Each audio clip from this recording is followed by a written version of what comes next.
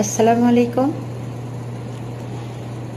চাকরি করতে হলে অনেক কিছু নিয়ম মানতে হয়। ভাবছিলাম বাড়িতে যাব, তো সামনে মাসে অনেক আশায় ছিলাম। তো আমার যেই সৌদি আরবের আকামা এখনো 15-16 দিন পুরানা আকামার আছে। আমার যে কোম্পানি, এই কোম্পানি নতুন করে আবার আকামা বানাবে। আমাদের আকামা হয় 3 মাস করে। তো পরের আকামাতে আমি কাগজ জমা দিতে পারবো।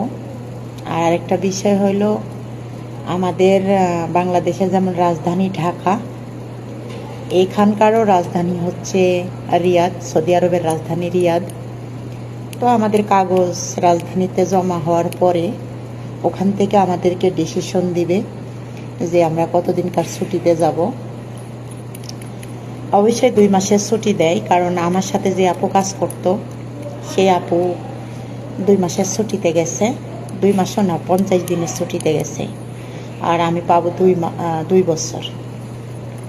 যাই হোক, অনেক আশায় আছি বাড়িতে যাব। তো আল্লাহ যেন কোনোভাবে আমার আশাটা নিরাশা করে না। কিছুক্ষণ আগে আমার মুদির আসছে, আয়সা দেখেন কি দিয়ে গেছে। এইটা দিয়ে গেছে। তো আমার মুদির এটা দিয়ে গেছে, বলছে মনি সবসময় এটা এখানে লাগায় রাখবি।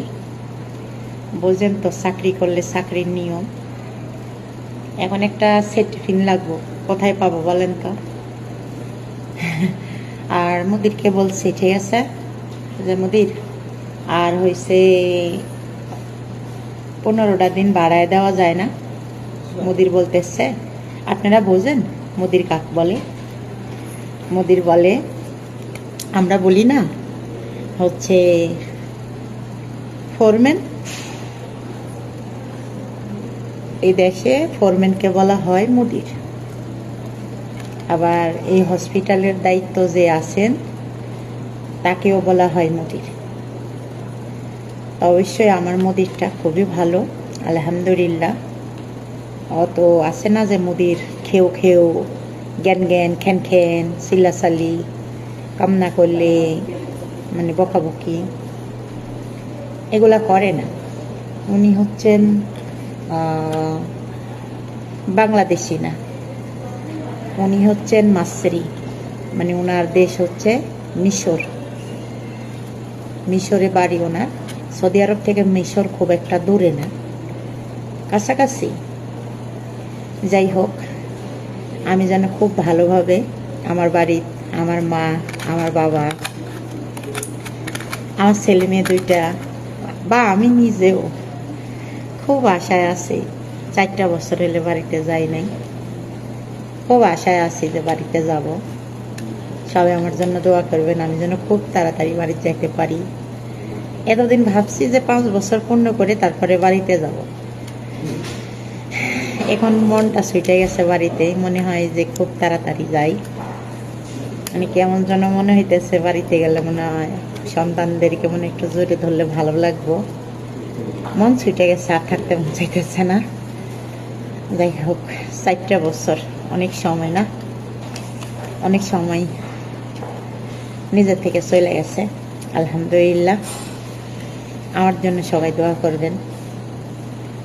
আর আরেকটা কথা বলি, আমি ফেসবুকে যাই বলি, যাই কিছু সারি, ওইটা আমার রিয়াল না, এটা হলো জাস্ট অভিনয়। এর জন্য কেউ হয়রানিমূলক হবেন না।